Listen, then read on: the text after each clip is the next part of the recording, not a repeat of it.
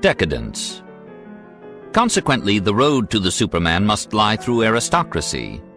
Democracy, this mania for counting noses, must be eradicated before it is too late. The first step here is the destruction of Christianity so far as all higher men are concerned. The triumph of Christ was the beginning of democracy. The first Christian was in his deepest instincts a rebel against everything privileged. He lived and struggled unremittingly for equal rights. In modern times he would have been sent to Siberia. He that is greatest among you, let him be your servant. This is the inversion of all political wisdom, of all sanity. Indeed, as one reads the Gospel, one feels the atmosphere of a Russian novel. They are a sort of plagiarism from Dostoevsky. Only among the lowly could such notions take root, and only in an age whose rulers had degenerated and ceased to rule.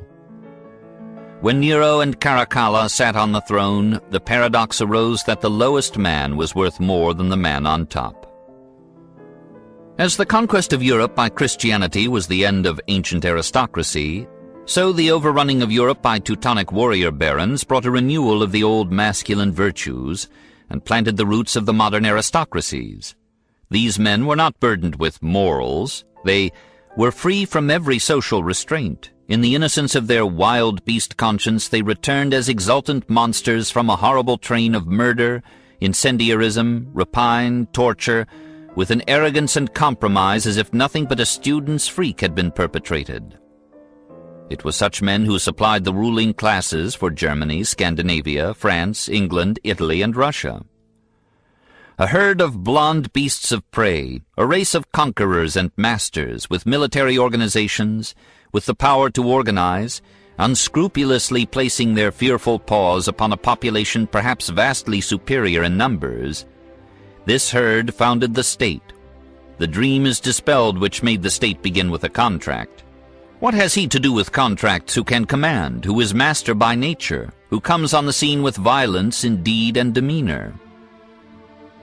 This splendid ruling stock was corrupted, first by the Catholic laudation of feminine virtues, secondly by the Puritan and plebeian ideals of the Reformation, and thirdly by intermarriage with inferior stock. Just as Catholicism was mellowing into the aristocratic and unmoral culture of the Renaissance, the Reformation crushed it with a revival of Judaic rigor and solemnity. Does anybody at last understand, will anybody understand what the Renaissance was? The transvaluation of Christian values, the attempt undertaken with all means, all instincts, and all genius, to make the opposite values, the noble values, triumph. I see before me a possibility perfectly magical in its charm and glorious coloring. Caesar Borgia as Pope. Do you understand me? Protestantism and beer have dulled German wit. Add now Wagnerian opera. As a result, the present-day Prussian is one of the most dangerous enemies of culture. The presence of a German retards my digestion. If, as Gibbon says, nothing but time, though a long time, is required for a world to perish, so nothing but time, though still more time, is required for a false idea to be destroyed in Germany. When Germany defeated Napoleon, it was as disastrous to culture as when Luther defeated the Church. Thenceforward, Germany put away her Goethes, her Schopenhauers, and her Beethovens, and began to worship patriots. Deutschland über alles. I fear that was the end of German philosophy. Yet there is a natural seriousness and depth in the Germans that gives ground for the hope that they may yet redeem Europe. They have more of the masculine virtues than the French or the English. They have perseverance, patience, industry, hence their scholarship, their science, and their military discipline. It is delightful to see how all Europe is worried about the German army. If the German power of organization could cooperate with the potential resources of Russia, in materials and in men, then would come the age of great politics. We require an intergrowth of the German and Slav races, and we require, too, the cleverest financiers, the Jews, that we may become the masters of the world. We require an unconditional union with Russia. The alternative was encirclement and strangulation. The trouble with Germany is a certain stolidity of mind which pays for this solidity of character. Germany misses the long traditions of culture which have made the French the most refined and subtle of all the peoples of Europe. I believe only in French culture, and I regard everything else in Europe which calls itself culture as a misunderstanding. When one reads Montaigne, La Rochefoucauld, Vauvenargues, and Chamfort, one is nearer to antiquity than with any group of authors in any other nation. Voltaire is a grand seigneur of the mind, and Taine is the first of living historians. Even the later French writers, Flaubert, Bourget, Anatole France, etc., are infinitely beyond other Europeans in clarity of thought and language.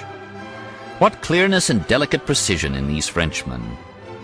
European nobility of taste, feeling, and manners is the work of France, but of the old France of the 16th and 17th centuries. The Revolution, by destroying the aristocracy, destroyed the vehicle and nursery of culture, and now the French soul is thin and pale in comparison with what it used to be. Nevertheless, it has still some fine qualities. In France, almost all psychological and artistic questions are considered with incomparably more subtlety and thoroughness than they are in Germany.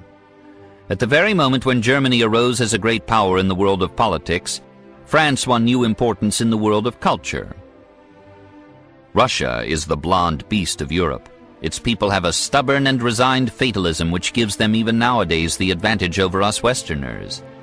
Russia has a strong government without parliamentary imbecility. Force of will has long been accumulating there and now threatens to find release. It would not be surprising to find Russia becoming master of Europe. A thinker who has at heart the future of Europe will in all his perspectives concerning the future calculate upon the Jews and the Russians as above all the surest and the likeliest factors in the great play and battle of forces. But all in all, it is the Italians who are the finest and most vigorous of existing peoples. The man-plant grows strongest in Italy, as Alfieri boasted. There is a manly bearing, an aristocratic pride in even the lowliest Italian. A poor Venetian gondolier is always a better figure than a Berlin Geheimrat, and in the end, indeed, a better man. Worst of all are the English. It is they who corrupted the French mind with the democratic delusion. Shopkeepers, Christians, cows, women, Englishmen, and other democrats belong together. English utilitarianism and Philistinism are the nadir of European culture. Only in a land of cutthroat competition could anyone conceive of life as a struggle for mere existence. Only in a land where shopkeepers and shipkeepers had multiplied to such a number as to overcome the aristocracy could democracy be fabricated. This is the gift, the Greek gift, which England has given the modern world. Who will rescue Europe from England, and England from democracy?